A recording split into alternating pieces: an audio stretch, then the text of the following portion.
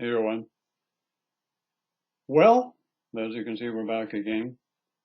And this one here, we're going to put under the title of Soul Connection, Evolution of You. And basically, this is a question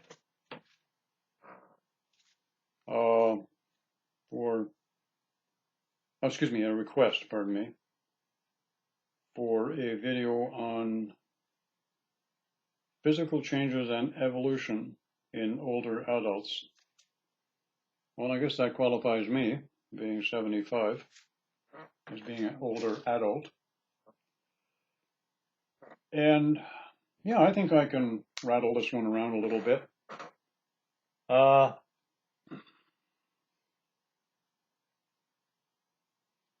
I would have to say, starting at this particular point for me personally, that, at 75, obviously, you can't do all of the things you did at 40. But I can say, if you ask me at 75, am I in good physical shape? For a 75-year-old, yes, I am. Much better shape than the average 75-year-old person who's out there. But I'm still limited physically as to what I can do. What I have been able to do, fortunately for me, is I have been able to slow down the aging process. I've not been able to stop it so far, and I've not been able to reverse it so far. But I have been able to slow it down. And that has happened for two reasons. One, I have a very active Kundalini, even at 75. Not as active, mind you, as when I was in my 20s and 30s and early 40s, but it's still active pretty much on a daily basis. And it's still active simply because of the nutritional program that I stay on. I stay on basically a semi-vegetarian diet. I still eat chicken and fish, but basically after that it's mostly fruits and vegetables.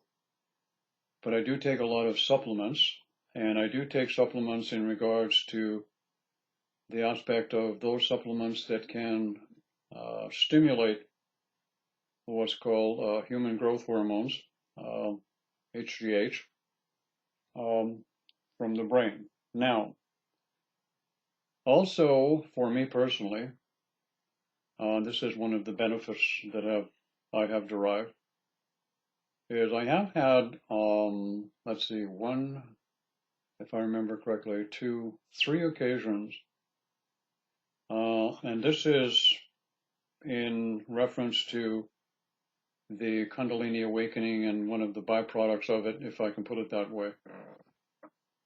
I've had three occasions, and one occasion where it went on for,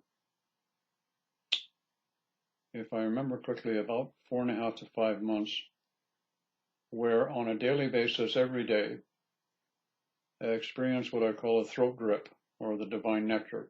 If you look it up in some of the yogic Indian tradition books or in the Sanskrit material, they call it the divine nectar, and they make all kinds of ridiculous statements about it, of what it can do and what it doesn't do. What I have found out with a little bit of research is that when a person awakens this, and there are techniques to be able to do this, it happened to me spontaneously with no intentional effort, is what I have found out, it does tend to bestow upon the individual, because of the potency of it, at the time that it's happening, a complete rejuvenation of the physical body, complete rejuvenation of the cellular and molecular structure in the physical body, which pertains to longevity and extended good health to the individuals in question. However, I can also say that I haven't been all that shall we say, nurturing to the physical body. I've been rather hard on it, as a matter of fact. And what for me I discovered to do is, has to come through Nicole's input. At the age of 55, I started finding myself physically beginning to really go downhill. And even during meditations or during the Kundalini Experience, the one thing that I do recall learning, and this is applicable to people as you get older, is when you're younger in your 20s, 30s, and 40s, and now I understand degeneration of the physical body is happening much faster because of the lifestyles and the food intake that we have in the general population, as it begins to break down sooner, is what happened is I began to pay attention to food intake, because I realized that when Kundalini energy is moving through the body, a lot of times what happens, people will get cravings for certain foods that are not within their normal considered diet. For example, I have talked to vegans and vegetarians who are fully going through a Kundalini awakening, and they have had indications from within their inner self that they needed to add this into their diet, and they needed to add that component into their diet. And this would be something that would go against their vegan or their vegetarian belief systems, and they wouldn't do it, and they would go ahead and look for an alternative. I found that to be a very serious mistake in the long run. When you receive guidance or information from within yourself to add in a certain component, and the component is actually made clear and crystal clear awareness to you of what that component is, and you look for something that is a complementary or similar fact, you're making a serious mistake. One can never find a complete something or other that is going to be a duplicate of exactly what the Kundalini energy and your inner self guided you to take.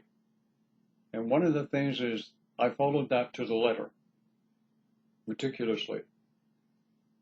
And the reason I do that is because I learned something a very long time ago, and I want to talk about this for just a moment. When I first awakened to Kundalini Experience, I had the Kundalini energy go up my spine. The first time that it ever happened, 7 times. The first time was incredible. It was painful, it was burning, it ripped out the top of my head, circled around, and came back down and went down through the front of my body, back through the front of my body, and started a circuit all over again. This happened 7 times over the course of 8 hours. That's how long it lasted initially. And then I went into what I call a borderline psychotic state, where I was mentally delusional in a lot of cases. But the one thing that I knew intuitively that I needed to do was I needed to eat, and I needed to eat what I was told to eat. And what I was told to eat at that particular point in time was eat nothing else but salads with a lot of oil and sardines. Okay? Now, anybody in their right mind, hearing their inner voice saying to them, here I am at that particular time, a pork man, a beef man, a roast man, hey, you name it, I was it. Gravy, all of that crap. And all of a sudden I changed completely in one night to salad and sardines as a consistent diet for almost 9 months. Now you might say you're going to get awfully sick of salads and sardines after 9 months. I wasn't eating that for the joy of eating or the pleasure of eating like a lot of people do. A lot of people eat to entertain their taste buds. I was eating for survival. And I followed that meticulously. So I learned a very valuable lesson, which a lot of spiritual people, and especially I noticed this with vegans and with vegetarians, and I'm not criticizing you, and I'm not, judging you. I'm just saying that if a vegan or a vegetarian thinks that they're going to find a complete composite copy or a duplicate in some other foodstuff that is going to supply the exact same identical cellular and molecular energy field that's in what that vision or that information gave them, it's not going to happen. So you're selling yourself short. I just want to point that out. That's just information to pass on. And I've followed that as I've gotten older.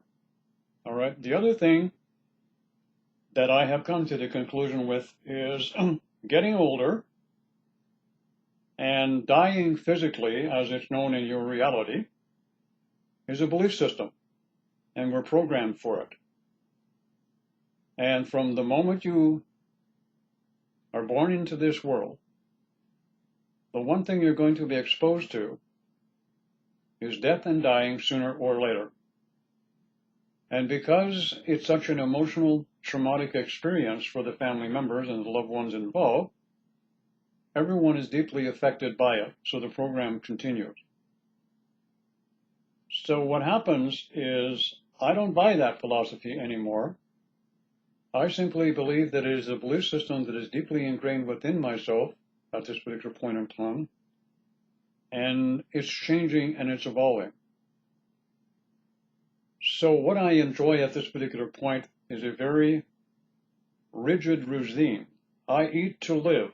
I don't live to eat.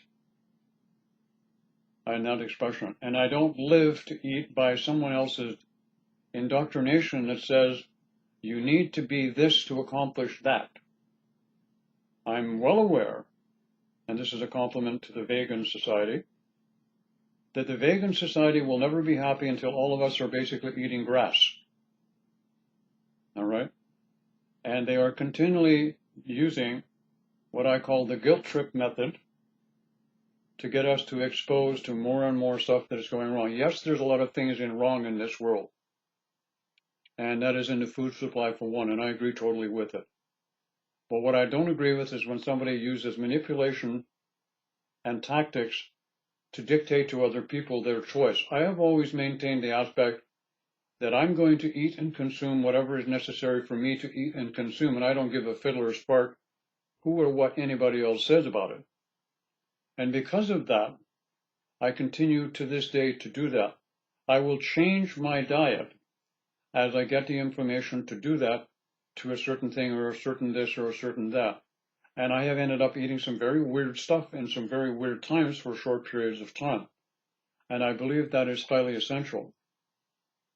So the other thing that has happened is this, is one of the things that I have noticed in our society is that as people have gotten older, yes, it's wonderful when you're 20 and 30 and you've got that 20-year span, okay? From the time you're about 20, as a general rule, the way our society is going now, you've got 20 years of the best of the best.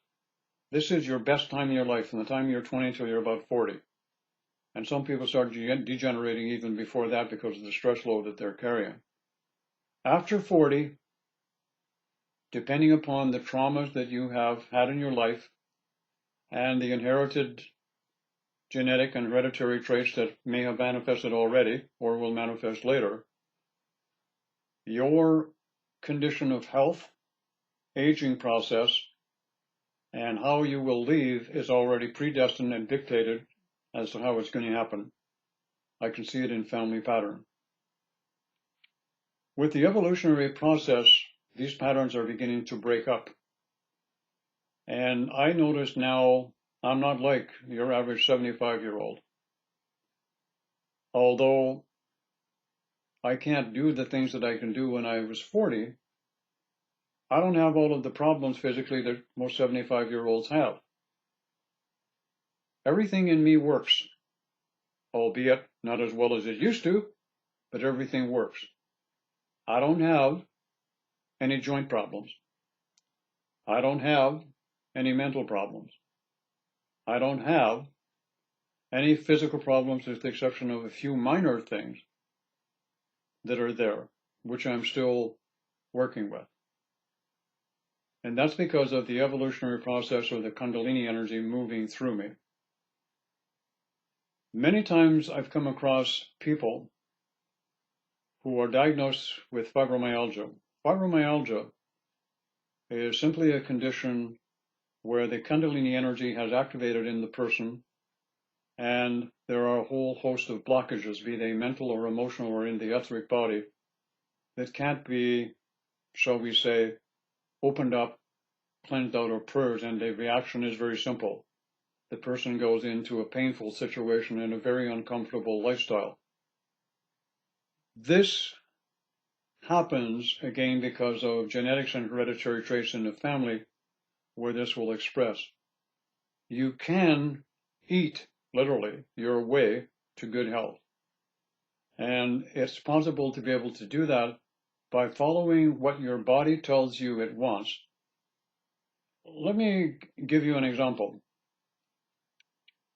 One of the things that has happened to me via the evolutionary process, and I think a lot of other people are this way also, there are many things I would like to eat, all right? I like dairy products. I like cheese.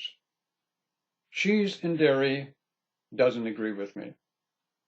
As soon as I put it into my body, I get a reaction. So I don't do it anymore. And how do I know not to do something? Believe it or not,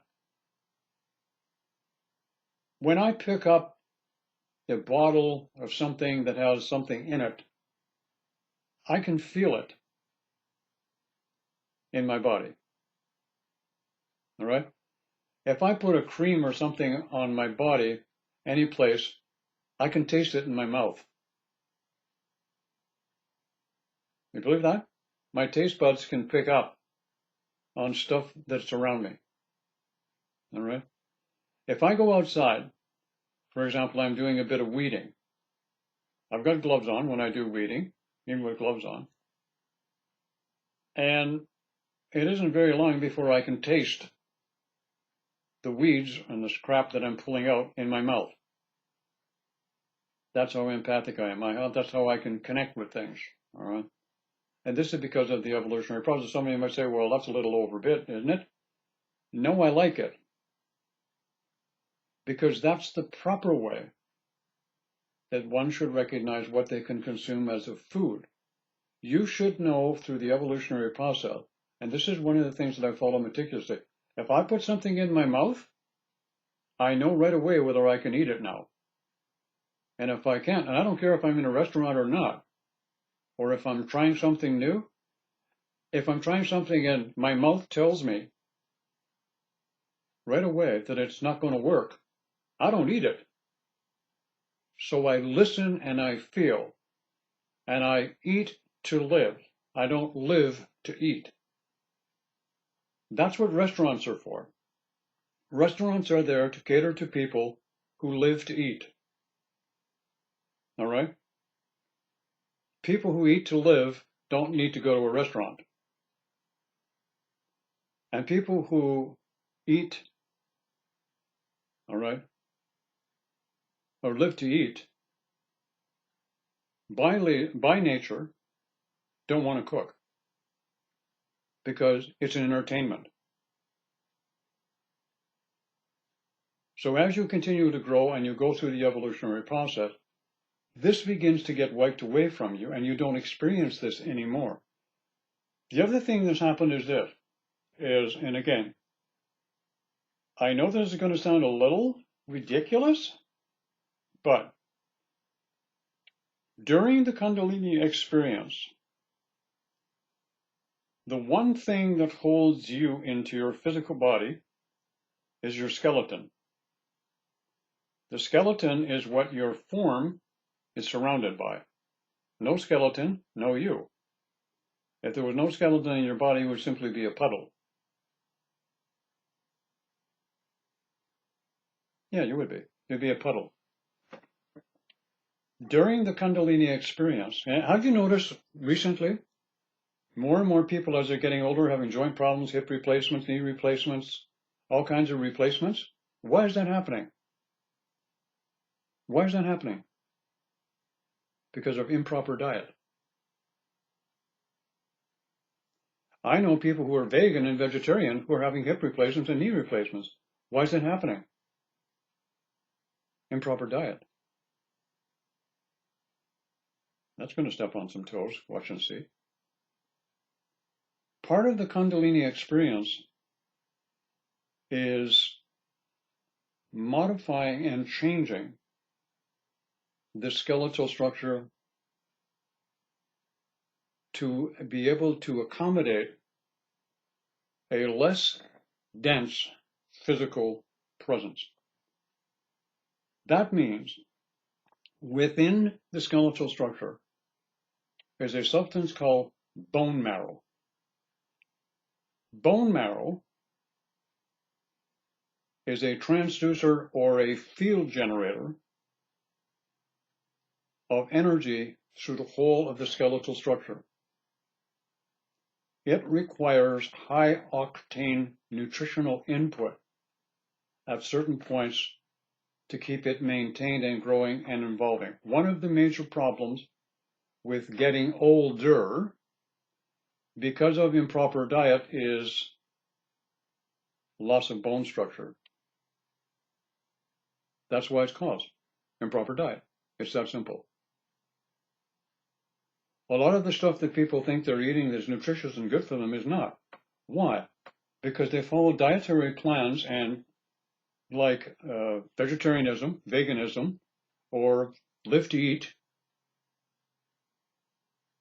and they don't put in the body what the body really needs. And the secret, literally, in my opinion, is to understand this component also. There is no such thing on this planet anymore as organic food, be it vegetables or anything. There is no place on this planet that is not polluted from chemicals, additives from the environment. Even organic farms are still not organic. There is no true organic soil left that has not been polluted by the pollutions from our society. And the less chemicals that are in food, the better it is. The problem is, because we're now producing more and more food at a faster and faster pace for a much growing too fast population, the quality of the food has gone downhill and continuing to do so. The presentation and the look of the food is wonderful. Have you ever seen lousy looking celery in the store? Have you ever seen a crooked carrot in a bag at the store?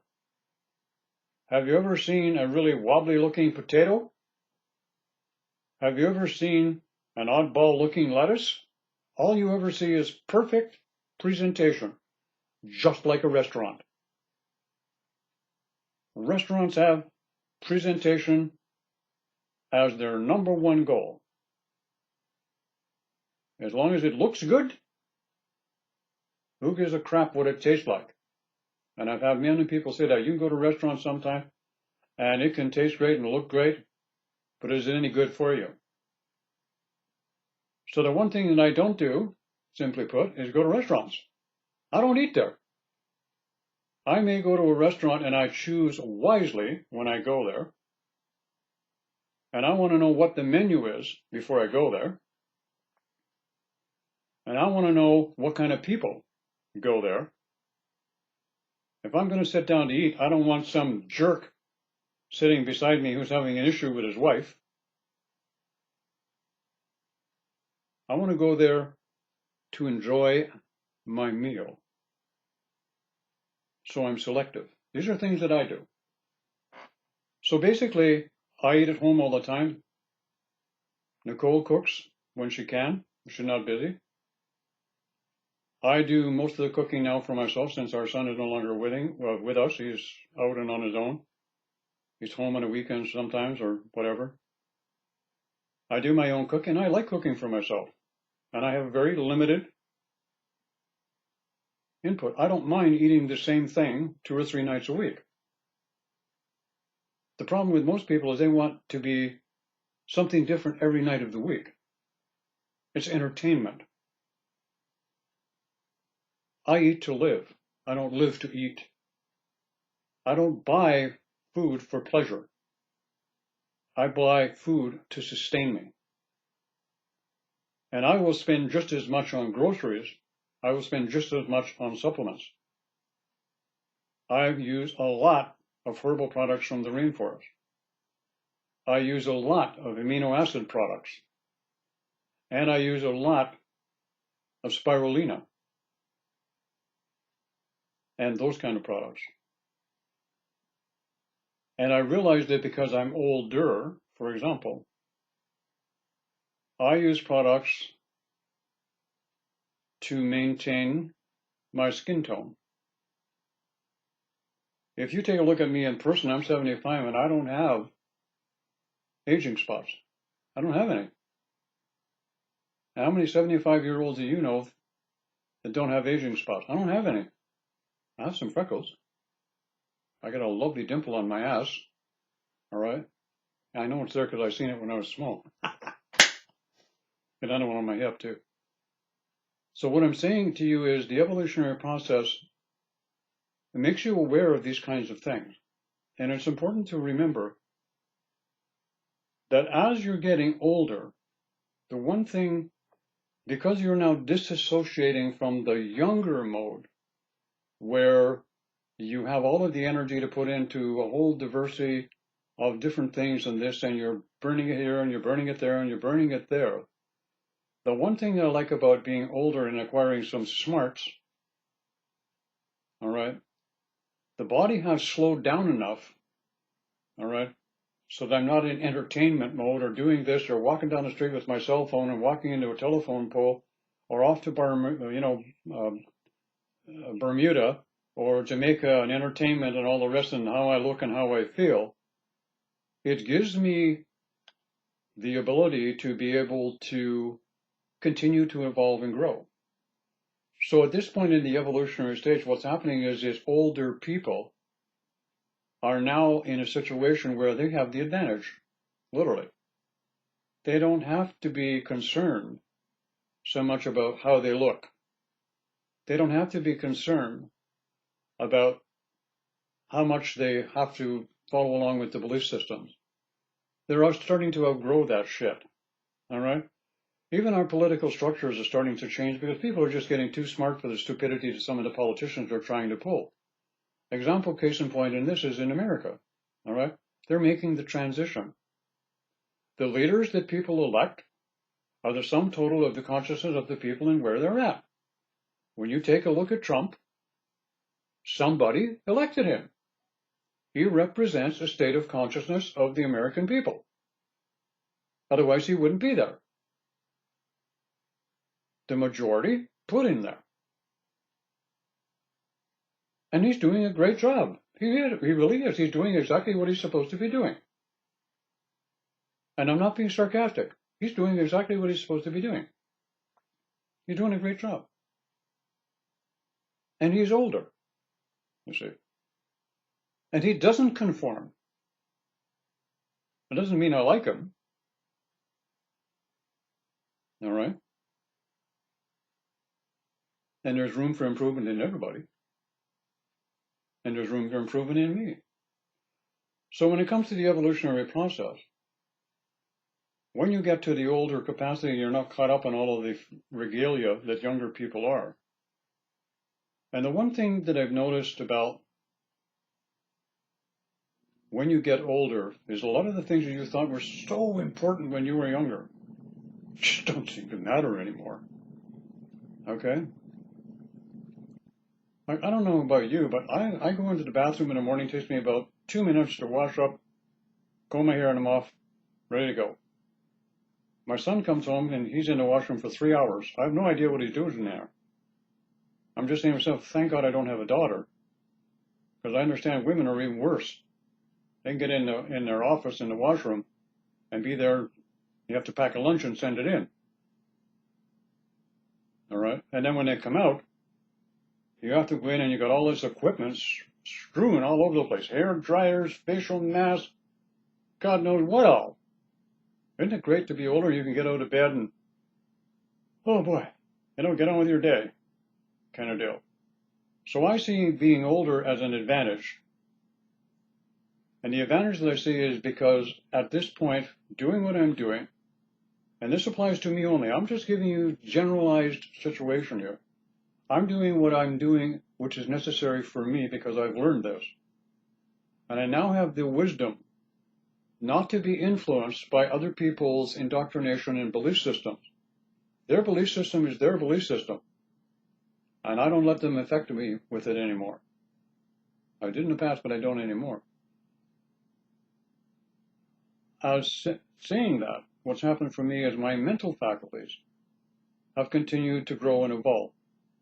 As you know, as a general rule in the population, as you get older, one's mental faculties are supposed to go into decline and degenerate in all of the conditions that can manifest. Mine are not. Why are they not doing that? One, because of the evolutionary process. Two, because of the meticulous dietary intake that I pay meticulous attention to and follow that regime because it's necessary. And I address the situation. And the other thing that I do is I don't go to doctors. I don't. Unless I absolutely have to. And I don't take medication. And I had the ultimate compliment paid to me recently. Last year, I had a little bit of a nose problem. And I got a bleeding nose and I couldn't get the damn thing stopped and I had to go to the emergency at the hospital. It was something to do with a sinus infection that I picked up. And anyways, what happened is I'm sitting in the chair there and the nurse is there taking the information and she says, okay, give me all of the meds that you're on. And I said, what are you talking about? She said, well, what medication are you on? I said, I'm not on any medication. I said, I've never been on any medication. And she looked at me and she said, are you serious? And I said, yeah. I said, what the hell is it? I said, everybody comes in here is over 50s on medication. She said, would you believe everybody over 20 that comes in here is just about on medication? I said, you got to be kidding me. She said, no. And there's another thing. We're being medicated to death. Literally. Now, I'm not saying that medication in some situations is not necessary. That's not what I'm saying.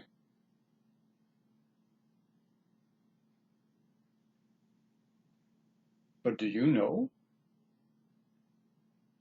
that 500,000 people die every year because of their medication?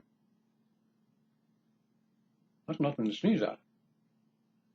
Or the doctor makes a mistake. Doctors do make mistakes, lots of them. So this is kind of the evolutionary process and what it's done for me. So this makes a generation change. And for me, that's unfortunate because what I'm able to do is now because I've been reasonably successful in achieving a state of mind and state of being here in the dream state that is relatively stable. I'm able to template and to offer that to other people based on my personal experience of what's been going on. So, in conclusion, if I might say this, eat to live, give your body the proper supplementation that it requires, that addresses the skeletal structure, the skin of the body, and supply it with good, high-octane brain food. When the brain is functioning properly, the body and the organs have no choice but to follow suit. Now, if you've got half a brain in your head, that's very simple. You can get older and be very functional and even more creative than you've ever been in your whole life, or they can wheel you into the old folks' home in a wheelchair. Choice is yours. Sooner or later, whether you're 20, 30, or in your teens, you're all going to have to make that decision. Eat to live, or live to eat. And the evolutionary process will be there with you every step of the way to offer you appropriate choices. Have a great day. Oh, this one was for you, Melissa.